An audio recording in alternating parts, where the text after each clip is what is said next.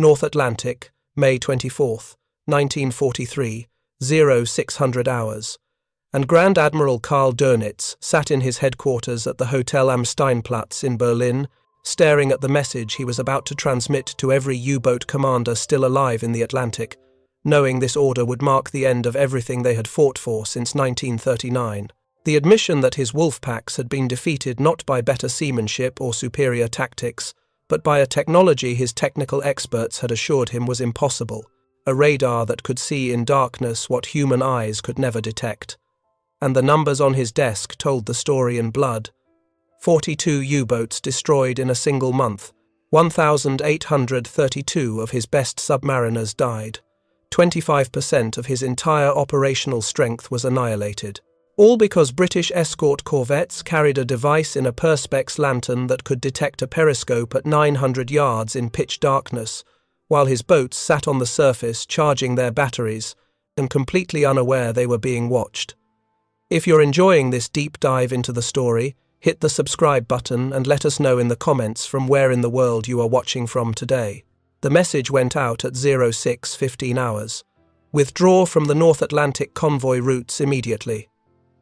And in that moment, as Dönitz would later write in his memoirs, we had lost the Battle of the Atlantic.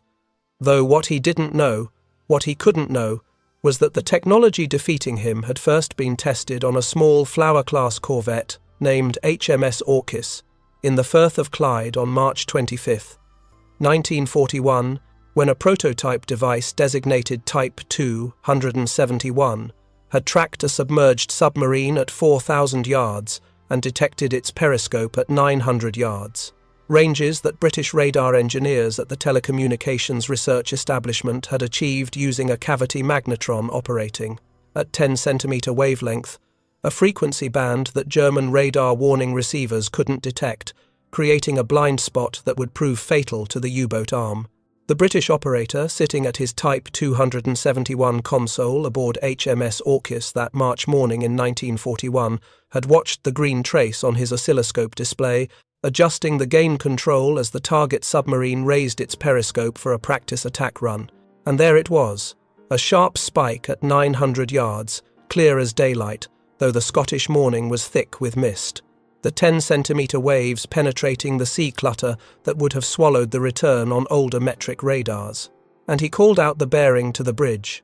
Contact bearing 045, range 900 yards. Probable periscope, not knowing he was witnessing the first successful demonstration of a technology that would sink 42 U-boats in a single month 2 years later. What made this moment revolutionary wasn't just the detection. Radar had been tracking surface vessels for years.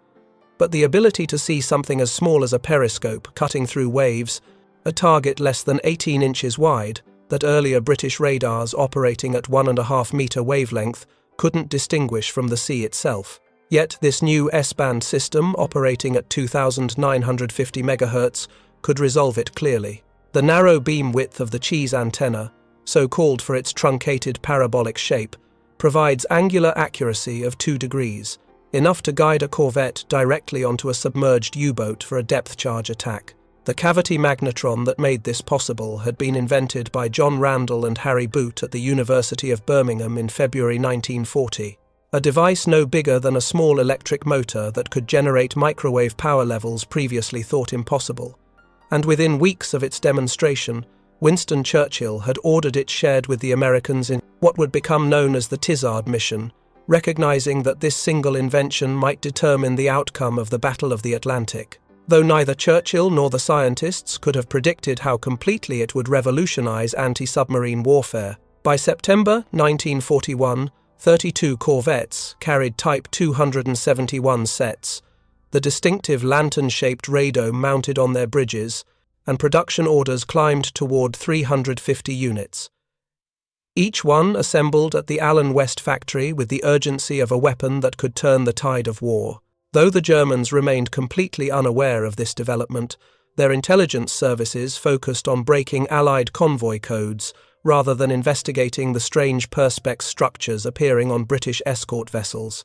The U-boat commanders operating in the Atlantic during this period still believed night surface operations gave them complete invisibility. And why shouldn't they, when their tactical doctrine, refined by Dönitz himself during his time commanding U-boats in the First World War, stated categorically that a surfaced submarine at night was virtually undetectable beyond 500 yards in even the best visibility conditions. And their operational pattern reflected this confidence. Surface at dusk, run on diesels through the night while charging batteries, attack convoys on the surface where their 17-knot speed gave them mobility advantage over 10-knot merchant ships, then dive at dawn before aircraft could spot them. Kapitänleutnant Werner Henke, commanding U-515, would later describe the typical night surface routine in his war diary. Surfaced at 2100 hours, sea state 3, visibility 2000 meters, began battery charge while proceeding on course 320 at 12 knots. Diesel engines running smooth. The crew enjoyed fresh air after 14 hours submerged. No sign of enemy forces. Completely unaware that British escorts, equipped with Type 271 radar, could track his boat at 3 times his visual range, watching his every move on their green glowing displays, while his lookouts saw nothing but empty ocean. The battery charging process itself created a vulnerability that U-boat designers had never adequately addressed, requiring 6 to 8 hours of surface running to fully replenish the massive lead-acid cells that powered underwater operations. Each Type 4AC U-boat carrying 2 sets of 62 cells, weighing over 200 tons total, demanding constant maintenance with distilled water, generating hydrogen gas that had to be vented to prevent explosion, and most critically, forcing the submarine to remain on the surface for extended periods, whether tactical conditions were favorable or not. A weakness that radar would exploit mercilessly. During these charging periods, U-boats followed predictable patterns, running at 8 to 12 knots to maximize diesel efficiency, maintaining steady course to avoid excessive battery drain from maneuvering, posting extra lookouts, but relying primarily on their METOX radar detectors to warn of approaching aircraft. The French-built device sweeping frequencies from 79 to 300 MHz, covering the 1.5-meter wavelength ASV Mark II radars that Coastal Command aircraft had carried since 1940, giving U-boats typically 5 to 10 minutes warning before an aircraft could reach attack position. Enough time to crash, dive and escape. The METOX receiver, manufactured by a small company in occupied Paris, had transformed U-boat survivability when introduced in August 1942. Its distinctive Biscay cross antenna erected on the conning tower, crackling in the operator's headphones whenever radar pulses struck it, the pitch increasing as the aircraft drew closer. And U-boat crews had learned to trust it completely, diving only when METOX warned them, conserving battery power and maintaining mobility that would have been impossible if they had to dive for every distant aircraft engine sound. But METOX had a fatal limitation that German scientists hadn't anticipated. It couldn't detect wavelengths below 50 centimeters, leaving U-boats completely blind to the 10-centimeter emissions of Type 271 radar. And worse, the Germans had convinced themselves that centimetric radar was technically impossible, their own experiments suggesting that atmospheric absorption would make such frequencies useless for detection beyond a few hundred meters, a miscalculation that would cost them the Battle of the Atlantic. The Italian experience in the Mediterranean provided a preview of what awaited the U-boats, though neither navy learned from the other's failures. The Regia Marina entered the war with no radar whatsoever, their fleet commanders dismissing electronic detection as unnecessary in the confined waters of the Mediterranean, where visual contact was supposedly always possible. An assumption that British radar-equipped vessels shattered repeatedly in night engagements, most catastrophically at the Battle of Cape Matapan in March 1941, where 3 Italian heavy cruisers and 2 destroyers were annihilated in a night action they never saw coming. Admiral Angelo Iachino, commanding the Italian fleet at Matapan, would later write, "We were fighting blind against an enemy who could see in the dark, his ships unable to detect the approach of British battleships, whose Type 279 radar tracked them at 24,000 yards while Italian lookouts saw nothing. The British guns opened fire at point-blank range in complete surprise. And even after this disaster, the Italian Navy wouldn't receive its first radar sets until spring 1943, the GUFO or OWL system arriving far too late to affect the naval balance in the Mediterranean.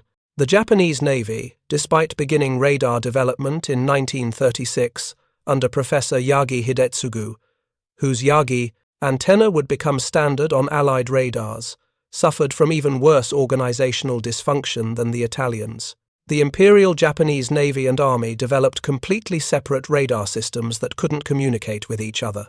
And by 1943, when most Allied ships carried multiple radar sets, Japanese vessels were still relying primarily on optical rangefinders and the supposedly superior night vision of their lookouts, a handicap that American radar-directed gunfire exploited ruthlessly in the night battles around Guadalcanal.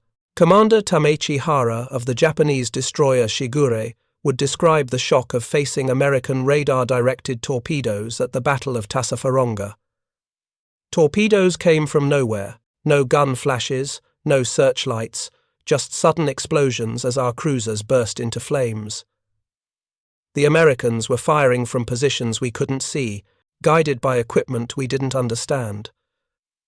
Though even this demonstration of radar superiority didn't convince Japanese naval leadership to prioritize radar development, their Type 22 sets produced only 2 kilowatts of power compared to the 70 kilowatts of improved British Type 271Q sets. Back in the Atlantic, the first signs that something had changed came gradually through the winter of 1942 into 43. U-boat commanders reported increasingly accurate night attacks by escort vessels, depth charges falling closer to their positions, even in conditions where visual detection should have been impossible. But German naval intelligence attributed this to improved Allied tactics rather than new technology, a fatal misunderstanding that prevented any effective countermeasures from being developed. The British, meanwhile, were systematically upgrading their radar capabilities.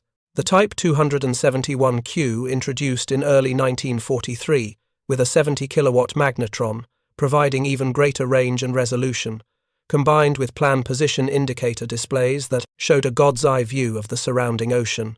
Contacts appear as bright dots on the circular screen, with their range and bearing immediately apparent, allowing escort commanders to coordinate attacks with unprecedented precision. Lieutenant Commander Donald McIntyre, commanding the escort group B-2, described the transformation in his after-action report. With Type 271Q operational, night surface attacks by U-boats have become suicidal. We can detect them the moment they surface, track them continuously while they charge batteries, and attack before they know we're present. The radar operator calls out ranges while we close for the kill. Hedgehog projectiles fired on radar bearing alone, no need for visual contact.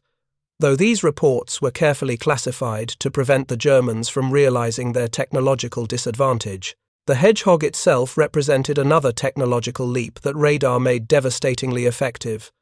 24 Spigot mortars firing contact-fused projectiles ahead of the attacking vessel, allowing continuous sonar contact throughout the attack, instead of losing the target in the ship's wake, as with traditional depth charges dropped from the stern. And when combined with radar detection of a surfaced or snorkeling U-boat, the kill probability increased from less than 5% with conventional depth charges to over 30% with radar-directed Hedgehog attacks. But the real transformation came with airborne centimetric radar. The ASV Mark III entered service in early 1943, using the same 10-centimeter technology as Type 271, but mounted in Coastal Command aircraft, particularly the very long-range B-24 Liberators that could patrol the mid-Atlantic air gap previously beyond aircraft coverage. And these radars could detect a surfaced U-boat at 20 miles, a periscope at 5 miles, all without triggering the METOX receivers that U-boat crews trusted with their lives. Squadron leader Terence Bullock, flying a Liberator equipped with ASV Mark III, described his first attack on an unsuspecting U-boat. Radar operator called contact at 18 miles, bearing 090. We approached from downmoon to minimize visual detection, maintaining altitude until the last moment. The U-boat clearly charges batteries, running steady on diesels. No indication they knew we were coming until we switched on the lee light at 1 mile, catching them completely exposed. Deck gun unmanned, bridge watch scrambling for the hatch, Our depth charges straddled perfectly as they crash-dived. Oil and debris surfaced moments later. One of 6 U-boats his squadron would destroy in March 1943 alone. The Lee Light itself, a 22 million candle-power searchlight mounted under the aircraft's wing, turned the final approach into a death trap for U-boats caught on the surface. The brilliant white beam stabbing down from the darkness, illuminating the submarine like a spotlight on a stage, giving gunners perfect visibility for strafing runs, while depth charges tumbled toward the frantically diving boat. And U-boat survivors would describe the psychological terror of that sudden blinding illumination, knowing they had seconds to live. Oberleutnant Zur C. Herbert Werner, executive officer on U-230, recorded the experience in his memoir.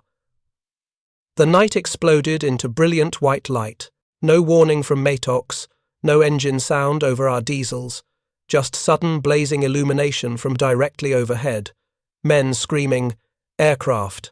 As we tumbled through the hatch, the boat crashed into an emergency dive as explosions shook the hull. Depth charges so close that cork insulation rained from the overhead, and we knew then that something had changed, that the night no longer belonged to us. Though he survived that attack, many others didn't. By March 1943, the combination of shipborne Type 271 radar and airborne ASV Mark III had created an integrated detection network that left no safe space for U-boats to surface and charge. Every convoy now surrounded by radar-equipped escorts that could see in darkness, while aircraft patrolled the transit routes and hunting grounds with sensors the Germans couldn't detect or defeat, turning the predator into prey. The mathematics of destruction were relentless.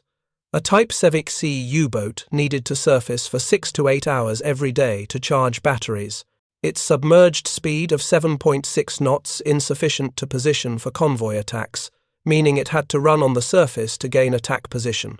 But now every hour on the surface exposed it to radar detection from ranges beyond visual contact.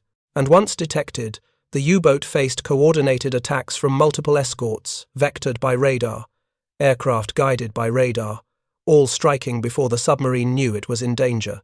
The German response, when it finally came, was too little and too late. The Naxos radar detector, introduced in September 1943, could detect 10-centimeter emissions, but suffered from excessive sensitivity, triggering false alarms from friendly aircraft and even atmospheric phenomena, causing crews to ignore genuine warnings. And by then, the Allies were already developing 3-centimeter radar that Naxos couldn't detect either, maintaining their technological advantage through the rest of the war. Admiral Dönitz, desperate to understand the sudden collapse of his U-boat offensive, interrogated survivors and analyzed patrol reports, initially concluding that the Allies must be detecting emissions from Matox itself, ordering all boats to shut down their radar detectors in August 1943, a decision that left them even more vulnerable to air attack, though the real problem, centimetric radar, remained unrecognized until captured equipment from a crashed RAF bomber finally revealed the truth in late 1943. The psychological impact on U-boat crews was devastating. Men who had volunteered for submarine service, believing in their tactical superiority, now found themselves helpless against an invisible enemy. Morale collapsed as boats failed to return from patrol. The drumbeat heroes who had ravaged American coastal shipping in 1942 now died in the Bay of Biscay, before even reaching their operational areas, caught by radar-equipped aircraft as they tried to transit on the surface at night. Funkmart Heinz Schaefer, radio operator on U-977, described the atmosphere. "We no longer felt like hunters, but like rabbits. Every moment on the surface filled with dread, watching the sky, listening for engines, knowing that death could come without warning from an enemy we couldn't see or detect. The old hands tell stories of the happy time when U-boats ruled the Atlantic, but those days were gone forever, replaced by fear that grew with every patrol." His boat was one of the few to survive the war, surrendering in Argentina 3 months after Germany's capitulation. The Japanese submarine force, observing German failures from afar, tried to learn from their allies' mistakes. Admiral Miwa Shigeyoshi requested technical information about Allied radar capabilities, but the Germans, humiliated by their defeat, provided only limited details about centimetric radar, and Japanese submarines continued operating with inferior radar warning equipment, their losses in the Pacific mounting as American radar technology, derived from the same British cavity magnetron, made their large boats easy targets for aircraft and destroyers. Lieutenant Commander Zenji Orita of Submarine I 177 would later write, "We heard rumors of German U-boats being destroyed by mysterious detection equipment, their crews unable to understand how the enemy found them in darkness, and we experienced the same terror in the Pacific. American aircraft appeared from nowhere, no warning from our detectors, depth charges falling around us before we could dive. Learning too late that our technology was generations behind our enemies." His boat survived the war only through exceptional luck and skill. The Italian submarine force, what remained of it after 3 years of losses in the Mediterranean, found an ironic salvation in their September 1943 armistice with the Allies.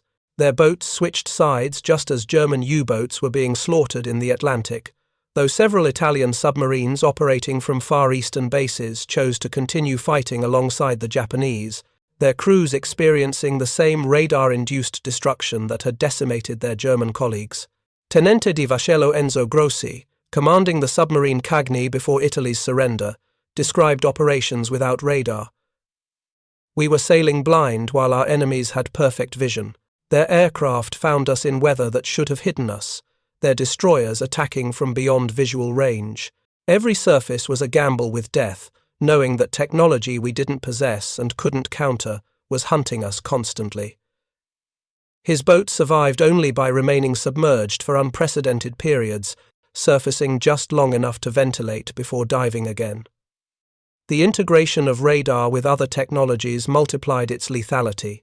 High-frequency direction finding, or HFDUF, triangulated U-boat radio transmissions. Ultra-intelligence from broken Enigma codes revealed patrol routes and wolfpack positions, while radar provided the tactical detection capability to exploit this intelligence, creating a multi-layered detection network that left nowhere to hide. Commander Peter Gretton, escort commander of B-7 Group, explained the synergy. "Ultra told us where to look. HFDUF told us when they transmitted. But radar let us see them when we got there, turning intelligence into kills. The U-boat might evade one system, but not all three working together, and once we had them on radar, they were finished." His group sank 6 U-boats during the critical convoy battles of May 1943. The convoy battle around ONS 5 inches late April and early May 1943 demonstrated radar's decisive impact. 40 U-boats concentrated against the slow convoy. Weather conditions that should have favored the attackers with rain squalls and heavy seas reducing visibility. Perfect conditions for surface night attacks. But the escort's Type 271 radars tracked every approach, vectoring reinforcements to threatened sectors, coordinating counterattacks that sank 6 U-boats, while losing only 13 merchant ships, an exchange ratio that made continued operations impossible. During this battle, the escort vessel HMS Duncan detected U-boat after U-boat attempting to penetrate the convoy screen. Her Type 271 operator called out contacts. Radar contact bearing 270, range 3,500 yards, target speed 12 knots, probable U-boat charging batteries. The destroyer raced to attack position, while the submarine remained unaware of detection until star shells burst overhead and depth charges bracketed its position, forcing an emergency dive that saved the boat but eliminated any chance of attacking the convoy. The cumulative effect was catastrophic for the U-boat arm. Losses mounted from 10 boats in February 1943 to 15 in March, 20 in April, and then the staggering 42 in May, nearly 3 times the previous worst month, with experienced commanders and crews who couldn't be replaced, dying faster than new boats could be commissioned, the training pipeline unable to keep pace with losses, quality declining as inexperienced crews were rushed into service. Korvettenkapitän Viktor Schütze, one of Dönitz's most successful commanders, withdrew from operations after barely surviving a radar-directed attack, telling his fellow officers, "The game has changed completely. We're fighting an enemy who can see in the dark while we're blind. sending more boats out. There is just murder. We need new technology or new tactics, but what we're doing now is suicide. His warnings were ignored by a high command that couldn't accept that their tactical superiority had evaporated. The German technical response, when it finally materialized, proved inadequate. The Type XXI Electroboot, designed for sustained underwater operations with enlarged battery capacity and streamlined hull for higher submerged speeds, but production delays meant only one completed a combat patrol before war's end, while the stopgap measure of adding schnorkels to existing boats simply made them vulnerable to radar detection of the schnorkel head itself, trading one vulnerability for another. Even the schnorkel, a Dutch invention captured in 1940, couldn't solve the fundamental problem that radar had created. The device allowing U-boats to run diesels while submerged at periscope depth, but reducing speed to 5 knots, making it impossible to maneuver for attack position, while the schnorkel head itself created a radar signature that skilled operators could detect, particularly in calm seas where the small target stood out against the smooth surface. Oberleutnant zur See Adalbert Schnee, commanding U-201, described schnorkel operations. Running submerged on diesels was torture. Exhaust gases leaking into the boat, pressure changes that burst eardrums when waves covered the float valve, speed so slow we couldn't chase convoys, and always the fear that enemy radar could see our schnorkel just as easily as they'd seen our conning towers, trading one detection vulnerability for another while sacrificing everything that made U-boats effective commerce raiders. His frustration shared by every U-boat commander forced to adapt to the new reality. The Bay of Biscay, which U-boats had to transit to reach Atlantic hunting grounds from their French bases, became a killing ground where radar-equipped aircraft maintained constant patrol. The Bay Offensive of spring 1943 demonstrated the fatal combination of ASV Mark III radar and ley lights, aircraft flying parallel search patterns that covered every square mile of ocean, U-boats forced to run submerged even at night, drastically increasing transit times and reducing time on station. Flight Lieutenant Kenneth Moore of 224 Squadron described a typical bay patrol. We'd fly at 2,000 feet, radar operator scanning for contacts, the bay divided into sectors that overlap to ensure no gaps in coverage, and nearly every patrol we'd find them, U-boats trying to slip through at night, thinking darkness protected them. But the radar saw everything, picking up periscopes, schnorkels, even just the wake of a boat running at shallow depth. And once we had them, the lee light and depth charges finished the job.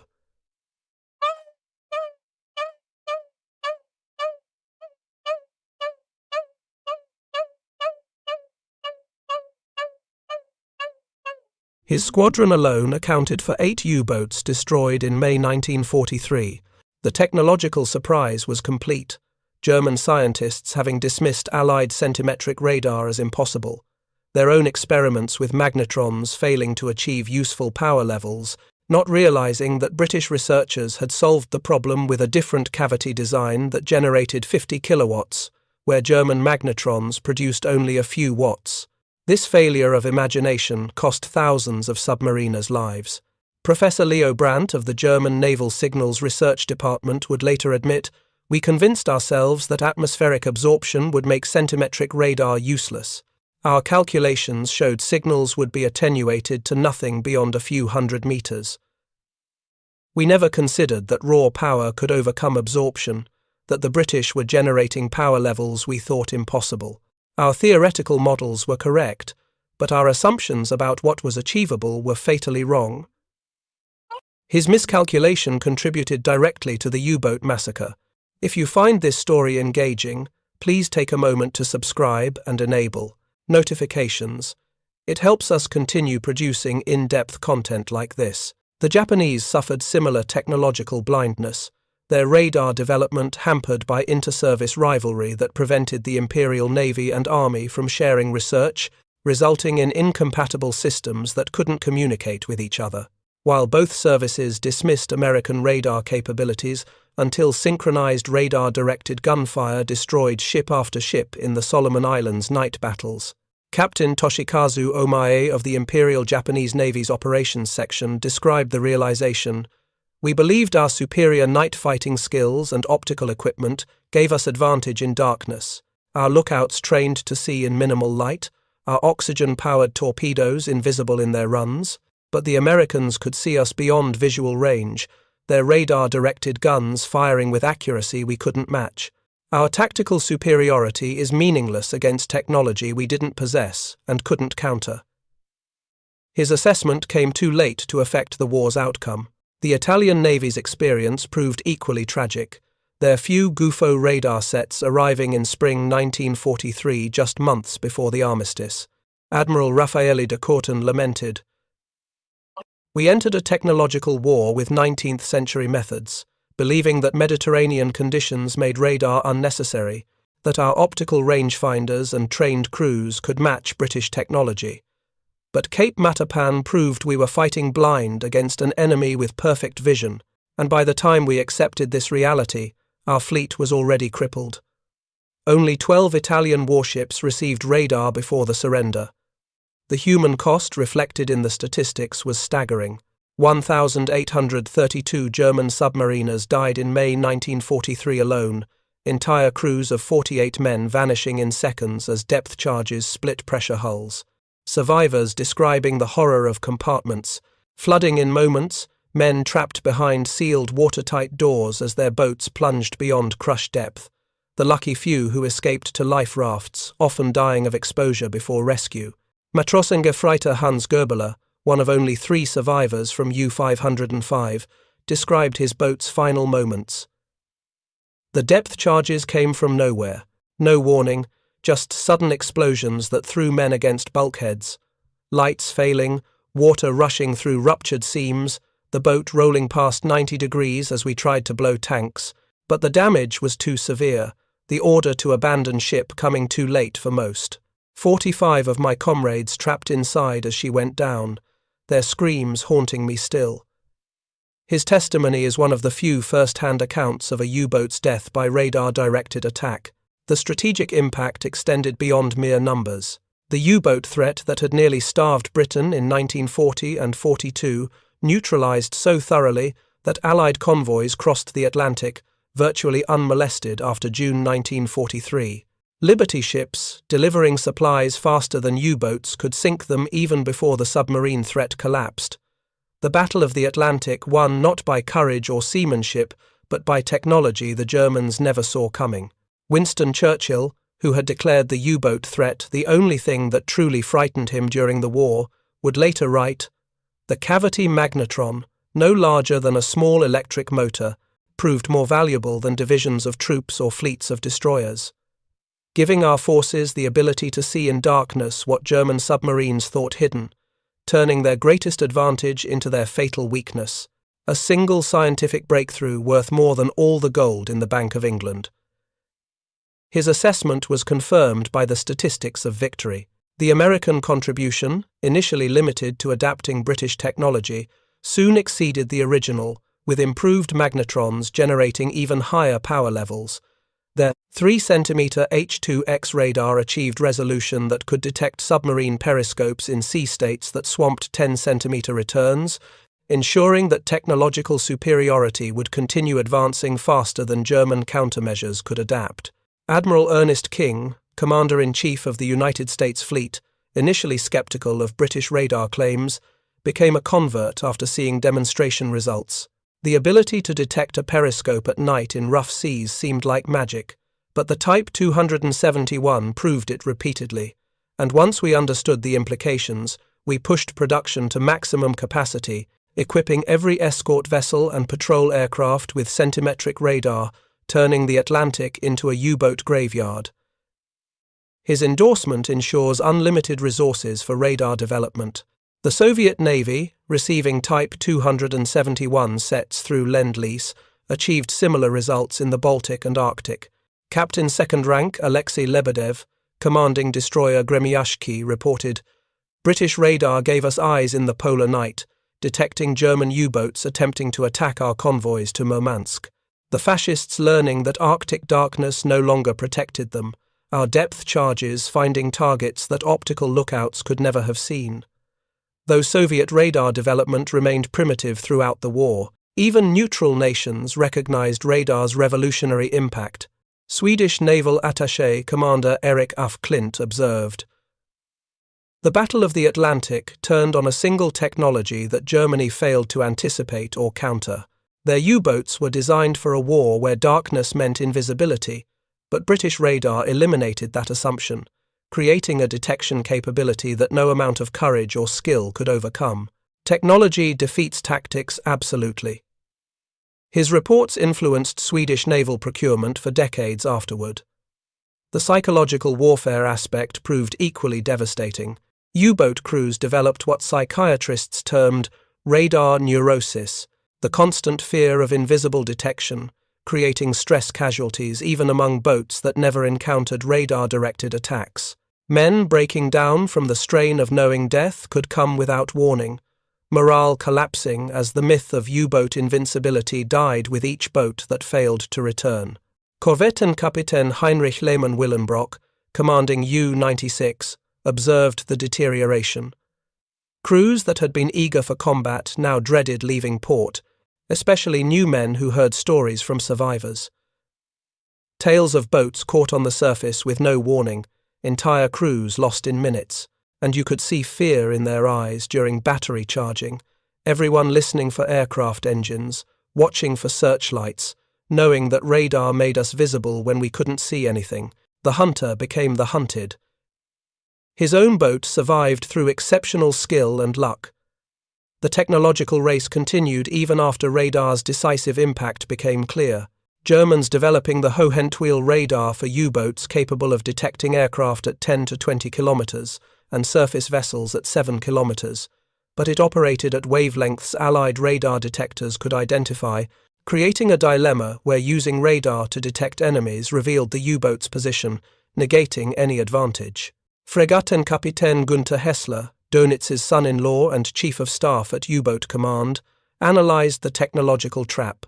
Every countermeasure we developed arrived too late and created new vulnerabilities. Naxos detected 10-centimeter radar but not 3-centimeter. Our own radars revealed our positions. Schnorkels reduced speed below tactical usefulness. The Electroboot might have restored our advantage, but production came too late. We were always one step behind in a technological race where second place meant death.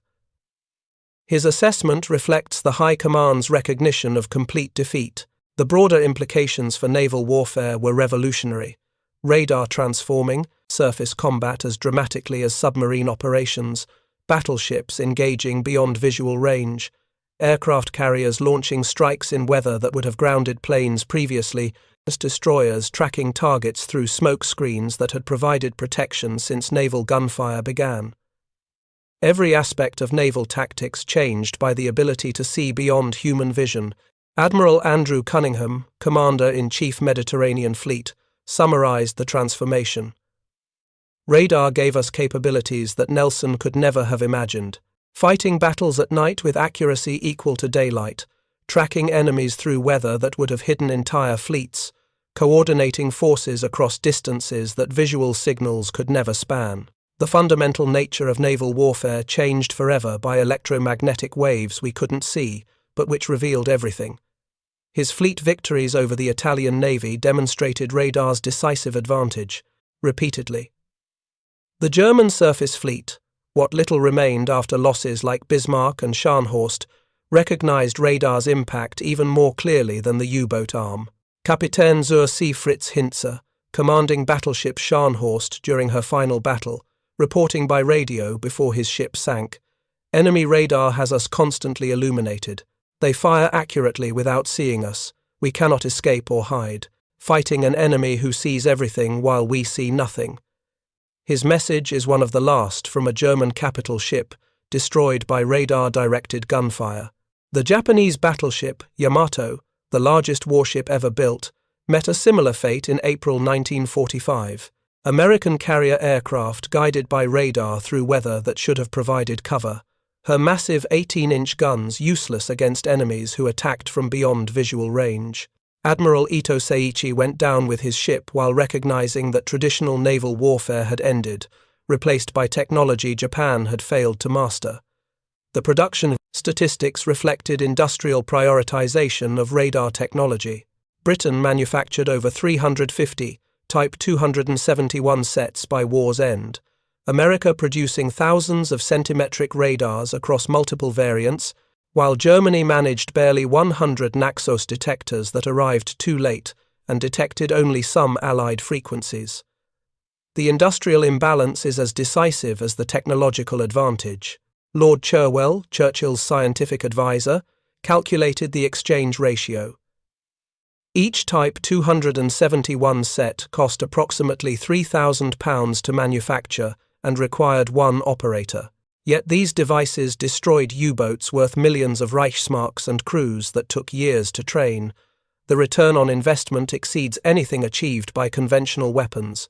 Proof that scientific superiority could determine military outcomes more decisively than numerical advantage. His analysis influenced British defence spending for generations. The training infrastructure adapted to radar's demands. Schools established to teach operators the art of distinguishing submarine returns from wave clutter, recognizing the characteristic spike of a periscope versus floating debris, and understanding atmospheric conditions that affected propagation. Skills that meant the difference between successful detection and U-boats escaping to attack convoys. Leading seaman Ronald Mason, Type 271 operator on HMS Vidette, described the training. We spent weeks learning to read the scope, understanding that sea state affected returns, that temperature inversions could create false contacts, that a periscope made a distinctive sharp spike, while debris gave fuzzy returns. The difference between life and death for merchant sailors depends on our ability to distinguish real targets from ghost returns. His expertise is typical of thousands of operators who became the eyes of the fleet. The maintenance challenges of operating complex electronics in marine environments pushed technological development. Moisture-proof housings, shock-mounted components, stabilized platforms to maintain antenna orientation in rough seas. Each problem solved advancing the art of military electronics, creating capabilities that would define post-war naval development. Chief Petty Officer Thomas Clark, radar technician aboard HMS Sheffield, explained the challenges. Salt spray corroded connections, vibration loosened components, temperature changes caused condensation inside units. Keeping these sets operational required constant attention. But we knew lives depended on that radar working when needed, so we improvised solutions, created maintenance procedures, developed expertise that didn't exist before the war. His experience replicated across every radar-equipped vessel. The German reaction to radar defeat influenced post-war naval development, their few surviving U-boat commanders advocating for submarines that could operate entirely submerged, never needing to surface where radar could detect them, leading directly to nuclear submarine development, where underwater endurance became unlimited, though this solution came decades too late to affect World War II's outcome. Conter-Admiral Eberhard Gott, chief of U-boat operations, testified at Nuremberg. Radar defeated us completely. Our entire tactical doctrine assumed darkness provided concealment, that surface mobility gave us advantage. But British radar eliminated both assumptions, forcing us to continue operations we knew were suicidal, because admitting defeat meant accepting that technology had made our submarine force obsolete. His testimony confirmed that German leadership understood their technological disadvantage but couldn't counter it. The Pacific submarine campaign demonstrated different dynamics. American boats equipped with superior radar hunting, Japanese vessels that lacked both radar and radar detectors. USS Wahoo under Commander Dudley Morton, using radar to track targets beyond visual range, surfacing to attack, positions Japanese escorts couldn't detect, achieving kill ratios that dwarfed German U-boat successes even during their happy time. Commander Richard O'Kane, commanding USS Tang, described the advantage. Our SJ radar could track Japanese convoys at 25,000 yards. We'd plot their course and speed, move ahead on the surface using radar to avoid escorts, attack from ahead where they didn't expect submarines, then escape on the surface guided by radar while they searched blindly. Technology gives us near impunity against an enemy operating with World War I methods. His boat sank 33 ships before being lost to her own torpedo. The Mediterranean submarine campaign saw similar disparities. British T-class boats equipped with Type 291 radar-hunting Italian submarines that operated blind. HMS Upholder, under Lieutenant Commander Malcolm Wanklyn, using radar to track Italian supply convoys to North Africa, sinking over 100,000 tons of shipping, while Italian submarines achieved minimal results despite superior numbers. Capitano di Corvetta Gianfranco Gazzana Priaroggia, commanding the submarine Bagnolini, admitted, "We operated like blind men while British submarines had perfect vision. Our boats were detected and destroyed before we knew enemies were present. The few radar sets we received in 1943 coming too late to matter, the naval balance already decisively shifted by British technological superiority we couldn't match." His elite submarine unit disbanded after catastrophic losses. The economic impact of radar victory rippled through entire nations. Britain's survival depended on Atlantic convoys that U-boats nearly severed in 1942, but radar's defeat of the submarine threat allowed massive buildup of supplies for D-Day. 2 million Americans were transported across the Atlantic without significant loss after mid-1943. The arsenal of democracy, delivering victory through sea lanes that radar kept open. The U-boat building program, consuming enormous German resources, produced 703 Type 7 submarines, each requiring specialized steel, batteries, diesels, torpedoes, and trained crews. Yet radar rendered this massive investment worthless. Boats destroyed faster than they could be built. Experienced crews lost faster than replacements could be trained. The entire submarine force reduced to impotence by technology costing a fraction of submarine construction. Reich Minister Albert Speer, head of German war production, calculated the waste. "We invested billions of Reichsmarks in U-boats that made radar obsolete, resources that could have built thousands of tanks or aircraft. But we continued building submarines even after their futility became obvious, trapped by institutional momentum and Hitler's insistence that wonder weapons would reverse the defeat, throwing good money after bad while Allied radar ensured those boats would die on their first patrols." His post-war memoirs reveal the economic catastrophe of fighting technology with numbers. The scientific legacy extended beyond military applications. Cavity magnetron technology, enabling microwave communications, radar astronomy, medical imaging, countless civilian applications stemming from the device that first allowed HMS Orcus to detect a periscope at 900 yards. The butterfly effect of scientific breakthrough, transforming entire civilization. Sir Robert Watson Watt, often credited as the radar's inventor, though the technology had multiple fathers, reflected, "We gave sight to the blind, allowing ships to see through darkness and weather, aircraft to detect what human eyes could never perceive. But the real victory was proving that scientific superiority could determine military outcomes, that a small device generating electromagnetic waves could defeat the largest submarine fleet ever assembled." His contribution to victory was measured not in battles but in technologies that rendered entire enemy strategies obsolete. The intelligence failure that allowed radar surprise reflected deeper German institutional problems. Their scientific community isolated itself from international developments, dismissing Allied capabilities based on their own limitations. Unable to imagine that British scientists had solved problems German researchers considered impossible, arrogance becoming blindness that cost thousands of lives. Dr. Hans Ferdinand Mayer, German radar researcher, admitted after interrogation, "We knew the British had radar, everyone did, but we assumed their technology was similar to ours, operating at frequencies we could detect and counter, never imagining they had achieved power levels at wavelengths we thought impossible. Our insularity prevents us from recognizing threats that should have been obvious." His confession revealed how scientific hubris contributed to military defeat. The British success stemmed partly from international cooperation, Polish scientists providing crucial intelligence about German radar development, French researchers contributing magnetron improvements, American industrial capacity mass-producing British designs, Canadian scientists refining detection algorithms. The Allied scientific community shared knowledge while Axis powers worked in isolation. Professor Mark Oliphant, part of the British radar development team, explained the advantage. We had the world's best minds working together, sharing discoveries, building on each other's work. While German scientists operated in secrecy, even from each other, Japanese researchers were forbidden to communicate with Germans. Italians excluded entirely. Their isolation prevents the cross-pollination that drives scientific breakthroughs. His assessment was confirmed by comparative analysis of Axis versus Allied technological development. The operational security protecting radar secrets proved remarkably effective.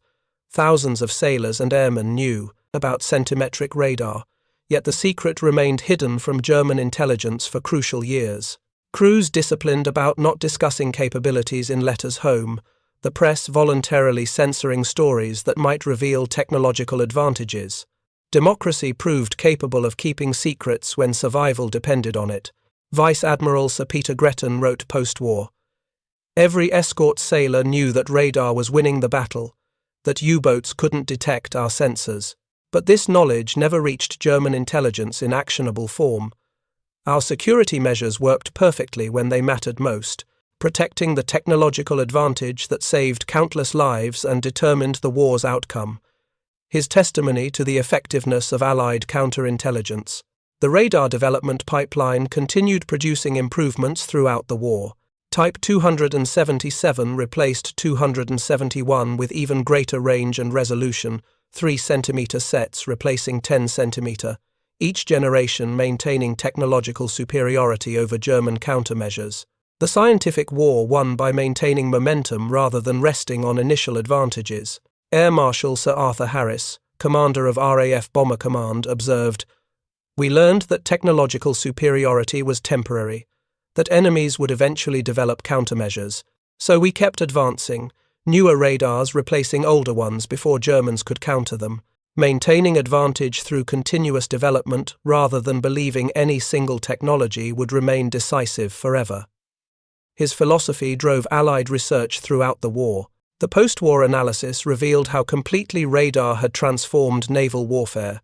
Traditional tactics obsolete, visual range engagement replaced by beyond-horizon combat, surface vessels no longer able to hide in darkness or weather, submarines forced to evolve toward true underwater operation rather than submersible surface vessels. Every assumption about naval combat was overturned by electromagnetic detection. Admiral of the Fleet Sir Dudley Pound concluded, "Nelson's tactics at Trafalgar remained relevant for over a century, but radar changed naval warfare more in 5 years than previous centuries combined, making traditional battle lines obsolete, enabling coordinated operations across oceanic distances, transforming submarines from invisible predators to vulnerable targets, the age of electromagnetic warfare replacing the age of sail and steam." His assessment defined naval doctrine for the nuclear age. The human drama played out in thousands of individual encounters, radar operators staring at green traces for hours, submarine crews dying without understanding what had detected them, pilots guided through darkness to targets they couldn't see, merchant sailors saved by escorts that intercepted U-boats beyond visual range. Technology determines fate more than courage or skill. Able seaman William Davis, serving aboard merchant vessel SS Empire Heritage, described one encounter. "We heard depth charges exploding ahead, our escort racing off into darkness. Then a signal lamp reporting the U-boat was destroyed. We never saw anything, just our escort disappearing and returning, reporting another submarine killed by radar we couldn't see or understand but which kept us alive, crossing the Atlantic." His experience is typical of thousands of merchant sailors who owed their lives to Type 271 radar. The final accounting showed decisive victory. 42 U-boats lost in May 1943 alone, over 780 U-boats destroyed throughout the war, 30,000 German submariners killed from a force of 40,000. The highest casualty rate of any service in any nation, most dying after radar made their tactics obsolete, continuing operations that technology had rendered suicidal. Grand Admiral Dönitz, writing his memoirs in Spandau prison, reflected, "We fought the wrong war, preparing for battles where seamanship and courage determined victory. But the British fought with science, their radar defeating our submarines before crews knew they were detected. Technology we didn't anticipate and couldn't counter determined the outcome regardless of our tactical superiority or crew quality. The Battle of the Atlantic was lost in British laboratories before it was fought at sea." His admission confirms radar's decisive role. The broader strategic implications reshaped global power. Britain's survival enabled D-Day, American forces building up in England for continental invasion, and the Soviet Union receiving Lend-Lease supplies through Arctic convoys, all dependent on sea lanes that radar kept open after U-boats nearly severed them. A single technology determining whether democracy or fascism would prevail. General Dwight Eisenhower, Supreme Allied Commander, stated simply, "Without radar defeating the U-boat, Operation Overlord would have been impossible. We couldn't have assembled the invasion force, supplied the armies, or maintained communications across the Atlantic. The liberation of Europe depends on electromagnetic waves detecting periscopes in the dark." His assessment of radar's strategic impact beyond mere tactical advantage. The technological revolution sparked by radar continued accelerating. Wartime research produced innovations that defined the post-war era. Computers developed to process radar data, satellites using radar mapping, medical scanners adapting military technology for civilian benefit. The cavity magnetron's legacy extends far beyond detecting U-boats, transforming human civilization through applications its inventors never imagined. Sir John Cockcroft, director of the Atomic Energy Research Establishment, observed, "The cavity magnetron proved that small devices could have massive impact, that scientific breakthroughs could determine historical outcomes, inspiring the Manhattan Project and every subsequent military technology program, the lesson being that a research superiority meant survival, driving the technological arms race that defined the Cold War and beyond." His analysis linked radar victory to broader scientific competition. The U-boat memorial at Multenourt lists 27,491 names of submariners lost at sea, most dying after May 1943 when radar made their operations suicidal. Young men who volunteered believing in technological superiority, dying to technology they never understood. Their sacrifice was ultimately meaningless against electromagnetic waves that revealed them in darkness they thought provided protection. The final irony came from Dönitz himself, promoted to command the entire Kriegsmarine after radar defeated his submarines, then briefly serving as Germany's head of state after Hitler's suicide. The admiral who lost the Battle of the Atlantic to British radar presiding over the Third Reich's final collapse. His career bookended by technological defeat he never fully comprehended until too late to matter. On that morning of May 24, 1943, as Dönitz transmitted the withdrawal order, he couldn't have known that the war was effectively over. That radar had eliminated Germany's only remaining strategic weapon capable of affecting the outcome. That the technology first tested on HMS Orcus 2 years earlier had grown into an electromagnetic network that made Allied victory inevitable. The cavity magnetron proved mightier than all the U-boats ever built. The last entry in the War Diary of U-Boat Command for May 1943 read simply, "The enemy's superiority in location devices has made continuation of the battle impossible. Withdrawal from the Atlantic is necessary to prevent further catastrophic losses." 15 words admitting total defeat by a technology that German science had declared impossible, British engineering had made reality, and 42 U-boats had died, proving decisive in the Battle of the Atlantic. The waves of the North Atlantic continued their eternal rhythm, indifferent to the technological revolution that had played out across their surface. But beneath those waves lay the graves of thousands of submariners who had believed darkness was their ally, never knowing that invisible electromagnetic waves had betrayed them to enemies they never saw.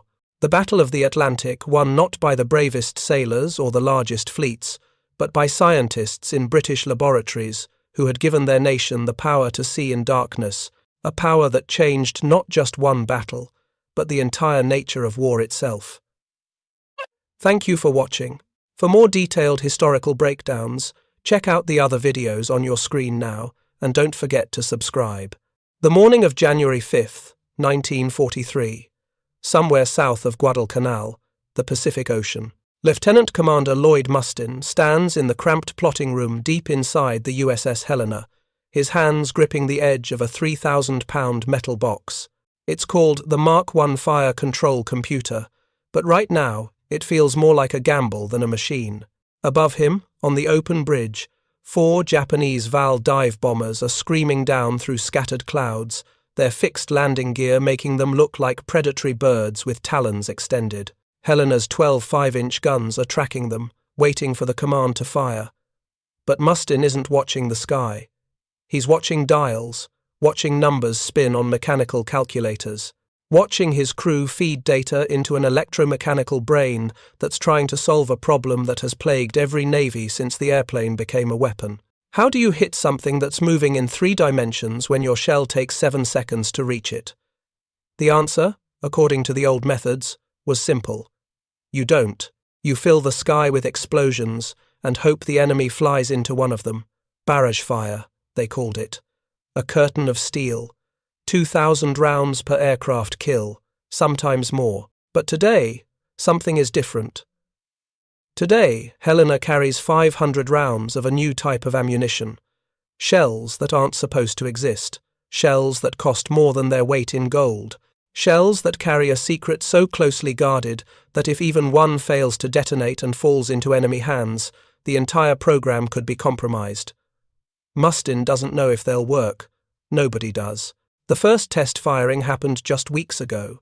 Now, with 4 enemy aircraft diving toward his ship at over 200 miles per hour, he's about to find out if 2 years of impossible engineering, $1 billion, and the combined efforts of 100 factories across America have produced anything more than an expensive mistake.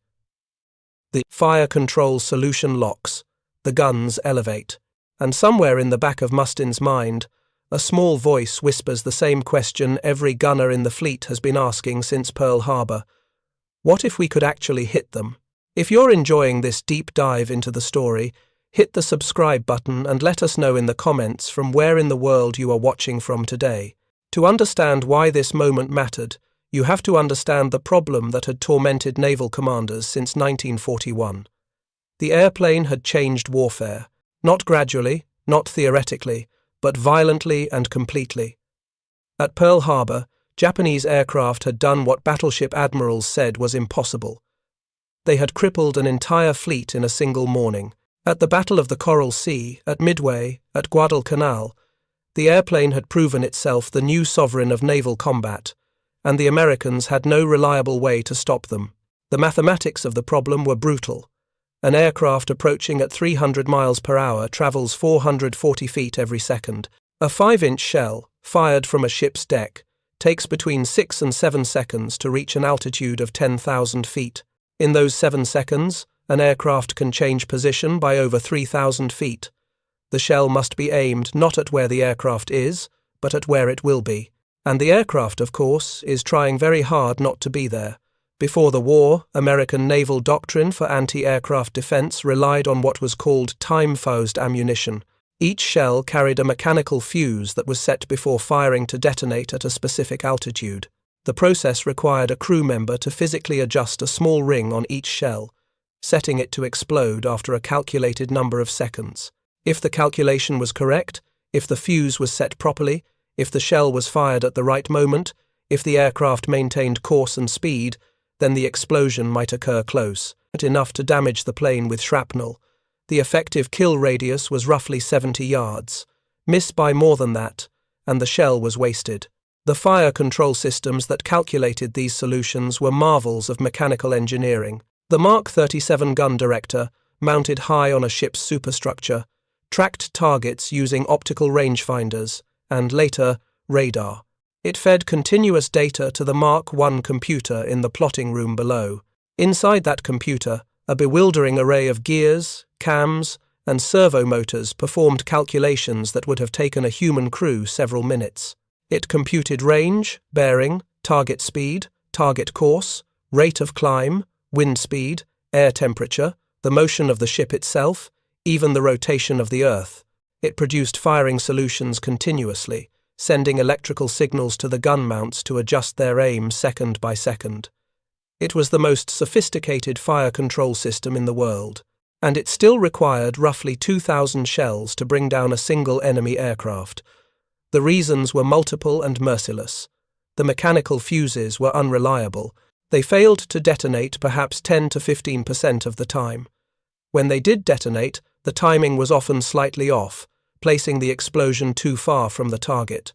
The fire control systems, for all their sophistication, had a fundamental weakness. They required time to converge on an accurate solution. At long range, the time constant, the period needed for the computer to settle on stable tracking data, could be as long as 14 seconds. By the time a solution was ready, the tactical situation had often changed. At short range, the time constant was so brief that it caused the system to oscillate, producing unstable outputs. And then there was the human element. Gunners had to load shells, set fuses, and fire in a coordinated rhythm while their ship pitched and rolled. In the chaos of combat, with aircraft diving from multiple angles, with the ship maneuvering violently to avoid bombs and torpedoes, with smoke and fear and the impossible noise of battle, mistakes were inevitable. A fuse set 1 second too long, a shell loaded half a second too late, a slight miscalculation in the predicted position.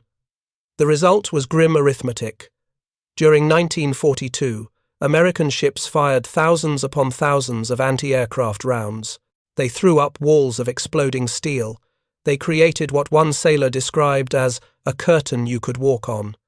And still the enemy aircraft came through. Still they dropped their bombs. Still they put torpedoes into the sides of cruisers and carriers. The kill ratio, when calculated honestly, was devastating. For every enemy aircraft destroyed, American ships expended an average of 2,000 rounds of 5-inch ammunition. On some engagements, the number climbed higher. 3,000 rounds, 4,000. Each shell cost money, took up precious magazine space, and required a gun crew's time and effort. And each failure meant another aircraft that might sink a ship, might kill dozens or hundreds of American sailors. The Navy's leadership understood the problem with brutal clarity. They needed a way to make anti-aircraft fire more lethal, not 10% more lethal, not twice as lethal. They needed a revolution. They needed something that would turn near misses into kills. They needed, though they didn't yet have the words for it, a shell that could think. The idea wasn't new. Since the early 1930s, engineers and inventors had proposed various schemes for proximity-activated fuses, optical sensors that would detect a change in light, acoustic sensors that would trigger engine noise, magnetic sensors that would respond to metal aircraft frames. Each concept had fatal flaws. Optical systems were blinded by clouds, by smoke, by the flash of other explosions. Acoustic systems couldn't distinguish aircraft engines from ship machinery. Magnetic systems lacked range and reliability. And all of them faced the same impossible challenge. How do you build something delicate enough to sense a nearby aircraft, yet rugged enough to survive being shot out of a 5-inch gun? When a 5-inch gun fires, the shell experiences an acceleration of 20,000 times the force of gravity. 20,000 Gs. Every component inside the shell is subjected to forces that would instantly destroy any normal electronic device. And then there's the rotation. The shell spins at hundreds of revolutions per second to stabilize its flight. Any mechanism inside must function while being subjected to extreme centrifugal force. And it must do all of this while packed into a space roughly the size of a milk bottle, alongside 7 pounds of high explosive, in temperatures that could range from 100 degrees Fahrenheit to 50 below zero. In 1939, with war spreading across Europe, the British began serious work on a proximity fuse. They made some progress, but the technical challenges were overwhelming. When they shared their research with American scientists in 1940, the Americans realized that this wasn't just an engineering problem. There were dozens of engineering problems, each seemingly impossible, all of which had to be solved simultaneously. The National Defense Research Committee, formed in June of 1940, assigned the task to Section T, a group that would eventually include scientists and engineers from Johns Hopkins University, the Carnegie Institution, the Bureau of Standards, and private industry. They were given a mandate that bordered on science fiction: create a miniature radar system that could fit inside an artillery shell, survive being fired from a gun, operate reliably in combat conditions, and cost little enough to be mass-produced by the millions. The solution they developed over the next 2 years represented one of the most remarkable engineering achievements of the war. At its heart was a radio transmitter and receiver, a radar system in miniature. The shell would broadcast radio waves as it flew. When those waves reflected off a nearby aircraft, the receiver would detect the echo. When the signal strength indicated the aircraft was within lethal range, approximately 70 yards, the fuse would trigger the detonation. Simple in concept, staggeringly difficult in execution. Consider the battery. A normal battery couldn't survive the shock of being fired. The solution came from a scientist named Merle Tuve, who developed a battery that was essentially inactive until the moment of firing. Inside the shell, a small glass ampule contained liquid electrolyte. When the gun fired, the shock of acceleration shattered the glass. The spinning of the shell drove the electrolyte outward by centrifugal force, bringing it into contact with carbon and zinc plates. The battery activated itself in mid-flight, powered by the same violence that would have destroyed a conventional battery. Consider the vacuum tubes. Radio equipment in 1940 used glass vacuum tubes the size of a thumb. They were fragile, sensitive to shock, and far too large to fit inside an artillery shell. The solution required developing entirely new manufacturing techniques. Miniature tubes, smaller than a thimble, with rugged construction and enhanced seals. Sylvania Electric Company eventually produced them, but it took months of trial and error. Each shell would contain 6 of these tubes, along with dozens of other miniaturized components. Resistors, capacitors, transformers, all custom-built to withstand forces no electronic component had ever been designed to endure. Consider the antenna. The shell needed to transmit and receive radio waves while spinning at high speed. The antenna design had to be aerodynamically neutral, adding no drag, creating no destabilizing forces. It had to survive the heat of air friction as the shell traveled at over 2,000 feet per second. And it had to function effectively despite being covered in the products of the gun's explosive propellant. By August of 1942, after more than 2 years of development, the proximity fuse, officially designated the Mark 32, was ready for testing. On August 12, the newly commissioned light cruiser USS Cleveland conducted live-fire trials in Chesapeake Bay. The targets were 3 radio-controlled drone aircraft, small planes that could be maneuvered to simulate evasive action. The gunners brought down all 3 drones on the first day of testing, using just 4 bursts of proximity-fused ammunition. The Navy cancelled the remainder of the test. They had seen enough. Production began immediately, but with severe restrictions. The fuse was classified at the highest level of secrecy. Only a handful of people knew the full details of how it worked. Factory workers assembled components without understanding what they were building. The fuses were manufactured by 5 companies: Crosley Corporation, RCA, Eastman Kodak, General Electric, and McQuay Norris. By late 1942, production had reached 500 units per day. Each one cost approximately $18, more than a month's pay for an ordinary sailor, but less than the cost of 2 conventional shells that would likely miss their target. The question of where to use them first was answered by geography and secrecy.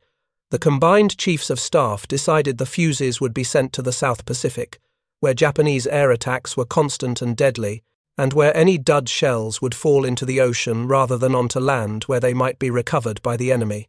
In October of 1942, 5,000 fused shells were loaded onto the aircraft tender USS Wright and shipped to Noumea, New Caledonia. Commander William Parsons, a naval ordnance officer who had been instrumental in the fuse's development, personally escorted the shipment. He consulted with Admiral William Halsey, who commanded the South Pacific forces, about which ships should receive the new ammunition. Halsey's answer was tactical and simple. The ships most likely to come under air attack, the cruiser Helena and the carriers Enterprise and Saratoga, each received a portion of the initial batch, 500 rounds for Helena. The crews were trained in strict secrecy, told only that the shells were special and must never be discussed. And then they waited. Through November and December of 1942, the Solomon Islands campaign ground forward. Helena participated in the naval battle of Guadalcanal, where she helped sink the Japanese battleship Hiei. She was there when the cruiser Juno was torpedoed and sank, taking 5 Sullivan brothers to their deaths. She fired thousands of rounds of conventional ammunition, but the special shells remained in their magazines, waiting for the right moment. That moment came on the morning of January 5, 1943. The Helena had been part of a cruiser-destroyer force that bombarded Japanese positions at Munda Airfield on New Georgia Island before dawn. The bombardment was successful, thousands of shells striking the runway and surrounding installations. But the Japanese had spotted the American ships, and as the task force withdrew toward Guadalcanal, 4 Aichi D-3A dive bombers, Allied reporting name VAL, came hunting. The VAL was obsolete by 1943 standards. Slow, with a maximum speed of just 240 miles per hour. Lightly armored, but it was accurate, and in the hands of a skilled pilot, deadly. One of the attacking VALs scored a hit on the New Zealand cruiser Achilles before the Japanese formation broke off its attack and began to withdraw. Lieutenant Commander Lloyd Mustin wasn't the senior gunnery officer aboard Helena that day. That distinction belonged to another officer, but Mustin was the fire control officer for the aft battery, the 6 5-inch guns mounted toward the stern of the ship. And as the VALs pulled away from their attack, turning to escape back to their base, Mustin made a decision. He had been briefed on the special ammunition. He had trained his crews. Now, with enemy aircraft in range and the tactical situation allowing it, he gave the order to load the proximity-phased shells and engage. The Mark 37 Director swung onto target. High above the deck, the Director crew tracked one of the retreating VALs through their optical sights, while radar painted the aircraft's range and bearing. Below, in the plotting room, the Mark I computer ingested the data. Range, closing. Bearing, changing. Target speed, approximately 200 knots. Rate of climb, slight. The mechanical calculators spun. The servo motors whirred. The fire control solution converged. The guns elevated. The shells were loaded, each one looking identical to a standard 5-inch round from the outside, but carrying inside it a miniature marvel of technology. 6 tiny vacuum tubes, a battery waiting to be activated by shock, a radio transmitter broadcasting into empty air, a receiver listening for echoes, all of it packed around 7 pounds of high explosive. The first salvo fired, 3 guns, 3 shells, climbing into the blue Pacific sky at over 2,000 feet per second. Inside each shell, in the fraction of a second after firing, the ampule shattered, the electrolyte flowed, the battery energized, the transmitter began broadcasting, the shell spun through its arc, 7 seconds of flight time, the radio waves pulsing outward, bouncing off the ocean surface below, off clouds, off anything reflective. The receiver measured the strength of returning signals, waiting for the specific pattern that indicated a large metal object nearby. The first salvo exploded harmlessly. The aircraft was still too far. The second salvo fired. 3 more shells. 3 more miniature radar sets climbing toward the retreating VAL.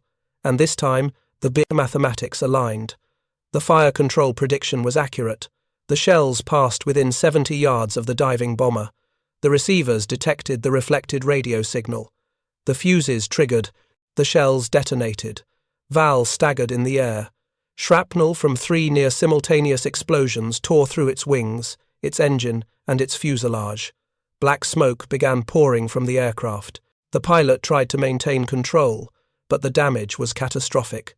The VAL nosed over and went down, crashing into the ocean in a spray of white water.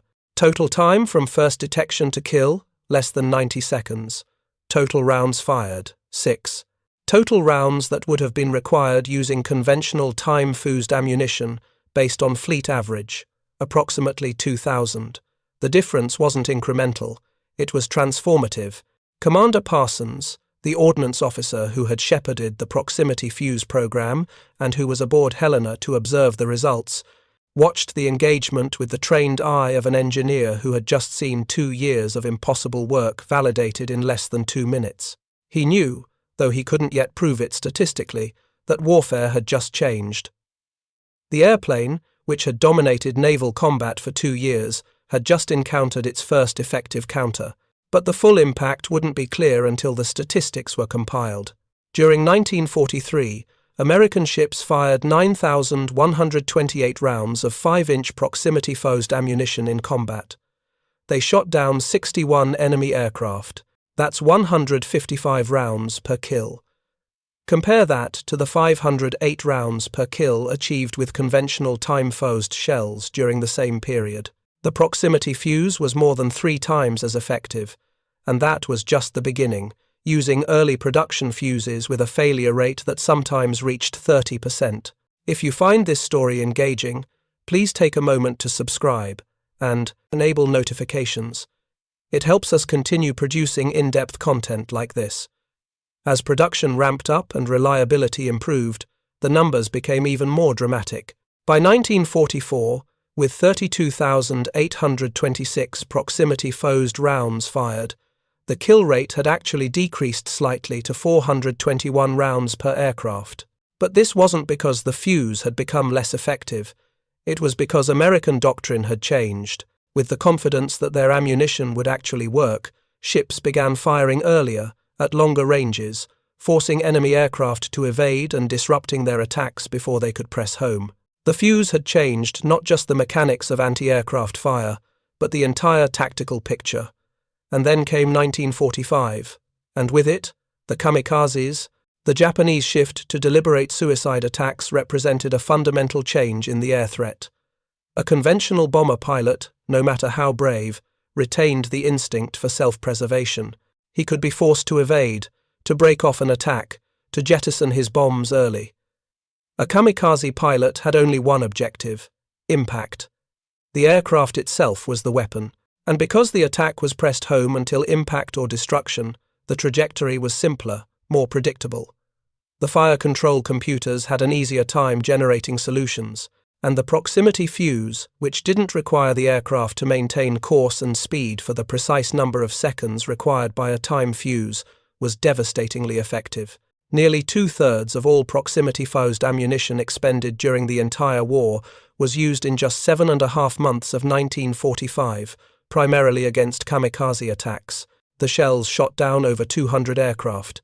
Against kamikazes, the effectiveness ratio compared to time-fused ammunition climbed even higher. Some analyses suggested a 5-to-1 improvement, others claimed 6-to-1 or even higher, though the exact ratio remains a matter of historical debate depending on which engagements are measured and how failures are counted. But the proximity fuse did something else, something that the statistics don't fully capture. It changed the geometry of anti-aircraft defense. Before the VT fuse, heavy anti-aircraft fire was limited by the fire control systems. The Mark 37 Director was sophisticated, but it was also large, heavy, and expensive. A destroyer typically carried one. A cruiser might have 2 or 3. A battleship might have 4. Each Director could track only one target at a time, and it took precious seconds for the system to lock on and converge to a firing solution. For short-range surprise targets, particularly the low-level kamikaze attacks that became common at Okinawa, there simply wasn't time. Light anti-aircraft weapons, the 20mm and 40mm guns that studded every American ship by 1944, could respond faster. They used simple optical sights, the Mark 14 and Mark 15, which required no complex calculations: point the gun, lead the target by eye, fire. But these lighter weapons lacked lethality. A single 20mm shell might punch a hole in an aircraft without bringing it down. Against a kamikaze committed to impact, Even multiple hits might not be enough to alter its trajectory. The proximity fuse bridged this gap. Because the shells didn't need to have their fuses set before firing, they could be used with much simpler fire control systems. Late in the war, many ships began connecting their 5-inch guns to Mark 51 directors, simple optical units originally designed for the 40mm Bofors gun. These directors were faster, lighter, and could be installed in greater numbers. A ship might have 8 or 10 Mark 51s compared to 2 or 3 Mark 37s. This meant more threats could be engaged simultaneously, response time was slashed, and the effective defensive bubble around each ship expanded dramatically. At Okinawa, where the kamikaze attacks reached their peak intensity, with hundreds of aircraft attacking in waves, the improvement was literally the difference between survival and catastrophe. 21 American ships were sunk, 66 were damaged, many so severely they were still under repair when the war ended. But the casualty count would have been far worse without the proximity fuse. Post-war analysis by the Navy concluded that while 20mm and 40mm guns accounted for approximately 77% of aircraft destroyed by shipboard anti-aircraft fire, this was because there were far more of these weapons aboard each ship. When effectiveness per gun was calculated, the 5-inch guns with proximity fuses were the most lethal weapons in the anti-aircraft arsenal. And there was one more impact, less quantifiable but perhaps equally important. The proximity fuse was a psychological weapon. Japanese pilots, even those committed to suicide attacks, could see the difference. Where once they had flown through fields of exploding shells that they might evade with skill and luck, they now flew into airspace where shells detonated automatically whenever an aircraft came near. The wall of steel became a wall of precision. Multiple pilots who survived kamikaze missions, a small number given the nature of such attacks but documented in post-war interviews, reported that the American anti-aircraft fire had become terrifyingly accurate. They didn't know why. They couldn't have known why. The secret of the proximity fuse was so closely guarded that even the Germans, who recovered unexploded examples from V-1 flying bomb attacks on London in mid-1944, never successfully reverse-engineered the design before the war ended. The secrecy itself tells us something about how valuable the Allies considered this weapon.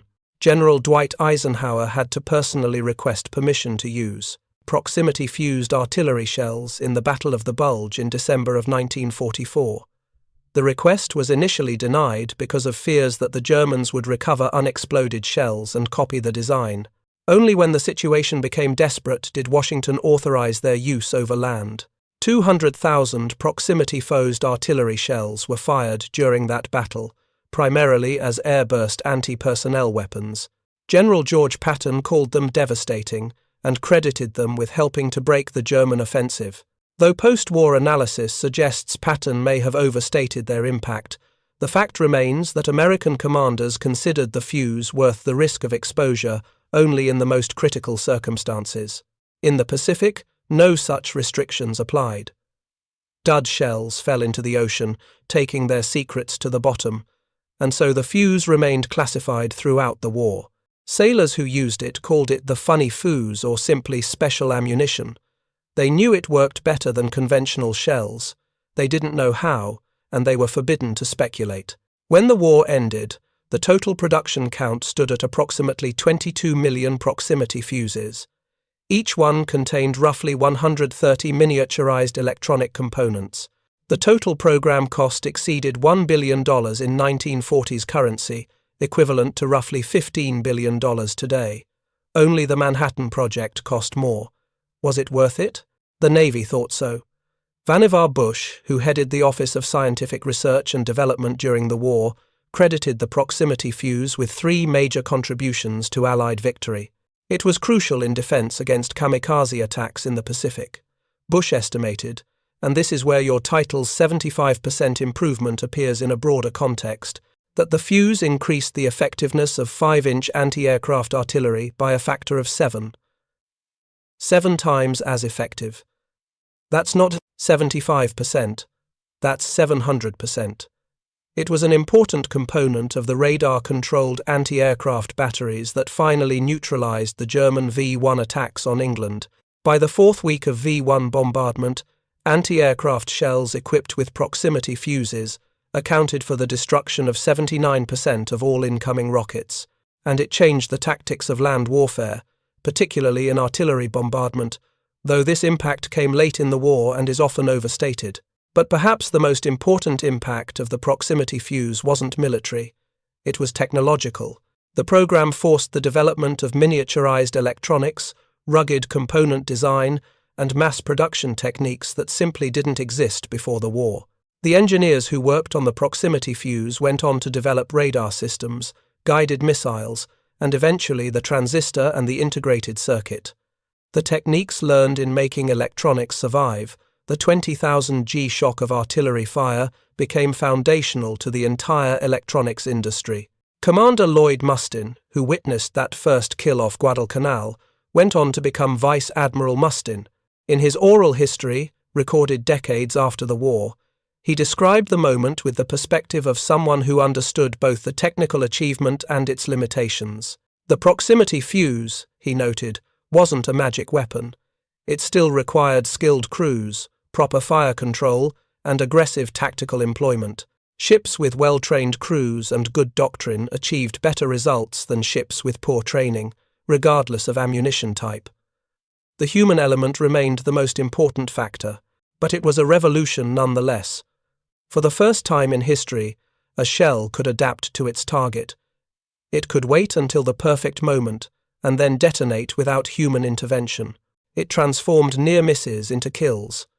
And in a war where American industrial capacity could produce proximity fuzzes by the millions while Japanese aircraft became increasingly scarce, it represented exactly the kind of asymmetric advantage that democracies at war can leverage. Not superior courage, not better tactics, but superior technology applied at industrial scale. The USS Helena never saw the full impact of the weapon she had first fired in anger. On July 6, 1943, just 6 months after that engagement off Guadalcanal, she was torpedoed and sunk during the Battle of Kula Gulf. Most of her crew survived, including many of the gunners who had witnessed the first proximity fuse kill. Some spent days in the water before being rescued. Others were hidden by Solomon Islanders and coast watchers on Japanese-occupied islands before being evacuated. They carried with them the memory of a morning when their shells had done what shells weren't supposed to do. They had thought, and they had killed, and they had changed the mathematics of war. By the time Japan surrendered in August of 1945, the proximity fuse had become standard equipment throughout the American fleet. Production had reached 70,000 units per day. New variants had been developed for different calibers, different applications, and different tactical situations. The secret was no longer quite so secret, though the full technical details remained classified for years after the war ended, and the fundamental principle that a weapon could sense its environment and adapt accordingly had moved from science fiction to established fact. Looking back from 80 years' distance, it's easy to underestimate what this meant. We live in an age of guided missiles, of laser-guided bombs, of weapons that can adjust their course in flight and strike targets with precision measured in inches.